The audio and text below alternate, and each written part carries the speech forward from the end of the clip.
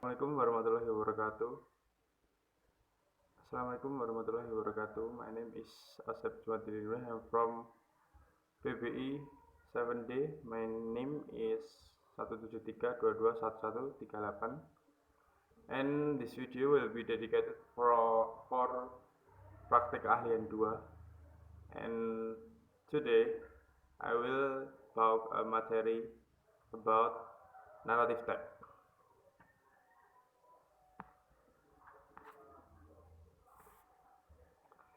Do you know before about narrative text?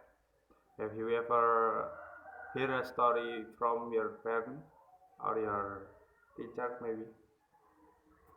Oh, okay. What is narrative text? I will explain about narrative text and my material today.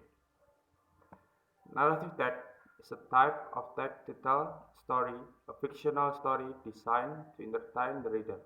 Jadi, narrative text itu adalah cerita yang dibuat fiksi untuk menghibur para pembaca. Contohnya banyak sekali di Indonesia, cerita seperti Malin Kundang atau Timun Mas dan masih banyak yang lainnya. Sekarang type of the narrative text, tipe dari narrative text. Yang pertama fairy tale. Fairy tale itu seperti mistis, bukan mistis tapi asem. Fairy tale yaitu seperti dongeng. Dan selanjutnya misteri. Yang ketiga science fiction.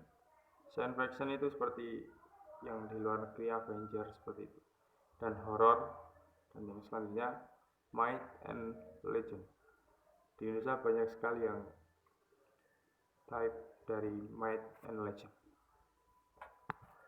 Dan selanjutnya the characteristic of the narrative text. Yang pertama yaitu menggunakan action verb dalam bentuk past tense. Dan yang kedua, menggunakan noun tertentu sebagai kata orang, seperti misalnya the princess, the queen, the king, and dan yang lainnya. Dan yang ketiga, menggunakan adjektif yang membentuk noun phrase, misal the red riding hood. Dan yang terakhir, menggunakan conjunction untuk mengurutkan kejadian. Misal before that, after something, then, and soon. Selanjutnya, the general structure of the narrative text. Yang pertama, yaitu orientation. In orientation, section contain the introduce of the character, introduce the background of the time, and the place of the story. Jadi yang pertama itu adalah orientation section. Di orientation section ini adalah untuk mengenal para karakter, mengenalkan background of the time, dan time, waktu, dan tempat dari kejadian tersebut. Yang kedua yaitu complication. In this section contains the conflict of the story. Yang kedua adalah complication. Di complication ini section untuk permulaan masalah yang terjadi di cerita. Semua masalah terdapatnya di complication. Dan yang ketiga yaitu resolution. This is the end of the part of the story of this section problem be resolved. The main character in this resolution is also moral value we can get from the story. Jadi yang terakhir yaitu resolution. Di sini adalah part terakhir dari story, yaitu semua masalah seharusnya sudah bisa diselesaikan